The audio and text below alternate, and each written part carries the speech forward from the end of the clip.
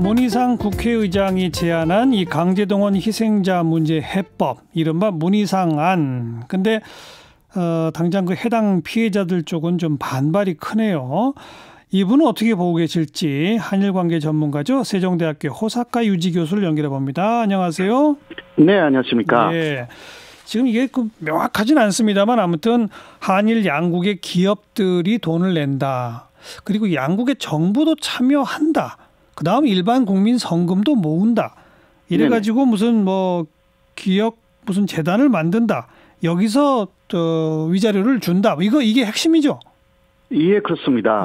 어떻게 평가하세요, 우리 교수님? 예, 그런데 문제는요. 그 위자료라는 것이 배상금이냐 이 부분이 좀 아닌 것 같아서 그래서 간제 지원자 판결 문제의 핵심은 일제 간접기가 불법이었기 때문에 네. 위자료를 내라. 이 위자료는 배상금이라는 개념입니다. 예. 이것 때문에 일본이 계속 반발해 왔고 상당히 그 어려운 1년 이상의 세월이 흘러왔던 것입니다. 예. 그런데 그것을 한꺼번에 무너뜨려가지고 배상이 없는, 그렇다면 그것은 보상금이라는 말인데요. 보상금이라는 것은, 일제 간접기를 사실상 합법으로 인정하는 그러한 내용이고 또 불법적인 사실을 모두 인정하지 않고요. 일단 고생을 했다라든가 합법적인 과정에서도 병도 났고 다치기도 하고 그런 것에 대해서 내는 것이 바로 보상금이기 때문에요. 그러니까 피해자분들이 반발을 하는 것입니다. 그분들이 돈이 필요하다라기보다 진정 어린 사과, 그것은 배상이라는 것을 인정하는 사과를 일본 쪽에 원하는 것이기 때문에 이것을 무너뜨리는 것이 얼마나 돈을 많이 모은다 하더라도 알겠어요. 피해자 입장에서는 받아들이기 어렵죠. 네. 불법 강제 노역에 대한 인정과 사과, 그에 따른 법적 배상, 이게 핵심인데 그렇습니다. 지금 거론되는 거는 불법이 아니라 합법이고 다만 도의적 도덕적 책임에 대한 보상 위자료 이렇게 된다. 예, 그렇게 되면 위안부 합의 때하고 똑같고요. 네.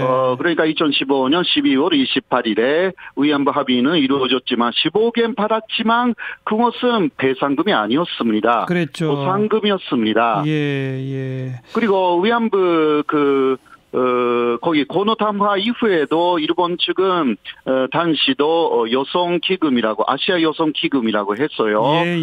일단 보상금 수준의 그 돈을 건네준다. 이러한 내용을 쭉 해왔어요. 그때도 한국은 기본적으로 거기에 대해서는 받아들이지 않았습니다. 그것을 같은 것을 왜 되풀이해서 그것으로 일단 예를 들면 마무리되었다라고 해도요.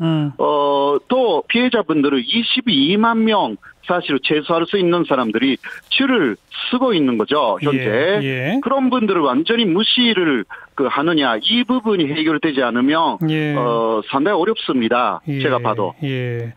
그런데 방금 교수님께서 강조해 주신 불법에 대한 인정과 사과, 그에 따른 법적 배상, 이거를 일본은 절대 못 받아들인다는 거 아닌가요?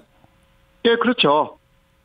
예. 네, 그러나 일본이 못 받아들인다라고 해서 우리가 알았다. 그러면 일본이 받아들일 수 있는 수준에서 그렇게 하면 과거에 되풀이해왔던 것을 다시 되풀이하는 것입니다. 그렇게 해서 일본 쪽에서는 다 끝났다 또 이야기를 하겠죠. 그런데 이쪽에서는 22만 명이나 피해자가 있기 때문에 또 다른 움직임이 일어날 것입니다. 그러면 일본 쪽에서는 그때 끝났는데 왜 또 하냐. 그렇겠죠. 또 이런 식으로 해서 한일 관계가 다시 악화되는 것을 되풀이하는 어리석은 결정을 왜 지금 해야 합니까? 그 정대협 쭉 이끌어 오셨던 윤미향 대표, 절대 논의 대상도 돼서는 안 되는 반역사적 반인권적 처리안이다. 우리 양금덕 할머니는 나는 거지가 아니다. 여태 그 돈 없어도 살았다. 또 우리 시민모임 이국원 대표는 거론할 가치가 없는 결함투성이다. 이런 반응이 벌써 나오고 있는 이유가 바로 이거로군요. 네, 바로 그 핵심적인 부분이 일본이 가져가는 것이고요. 예. 그러니까 대한민국의 역사적인 전체선도 상당히 많이 무너질 것입니다. 네. 이러한 부분들을 그러니까 지금 당장 해결이 된다 하더라도 미래에 가면 다시 큰 불화의 불씨라고 할까? 예. 이것을 지금 만들어 나가는 결과가 되기 때문에 예. 이것은 피해자 입장으로서는 그런 식으로 강하게 반박할 수밖에 없는 상황입니다. 그런데 문희상 의장은 왜 이런 안을 내고 또 그다음 대통령의 그 외교안보 특보 문정인 특보도 물론 피해자 측과 협의가 필요하긴 하지만 가장 합리적 선택지라고 생각한다 이런 의견을 내고 다시 말하면 국회의장이 앞장서면서 정부와 여당도 슬쩍 동조하는 모양새인데 왜 이런다고 보세요? 오늘 그 여당 분들하고 조금 만났거든요. 예. 그런데 적어도 여당 민주당 쪽에서는 거기에 옳다고 생각하는 사람 한 사람도 못 봤거든요. 그래요? 예. 그러니까 오히려 문희상 의장님이 왜 그거 하는지 모르겠다고 다들 이야기를 하고 계셔가지고 청와대 쪽하고도 이게 어떤 정확한 교감이 있는지를 제가 거기까지 잘 모르겠습니다. 그러나 역시 핵심은 어떻든 간에 배상이라는 문제가 들어가지 않으면 이것은 알겠습니다. 과거에 했던 것을 계속 되풀이하는 상황이 될 것입니다. 네.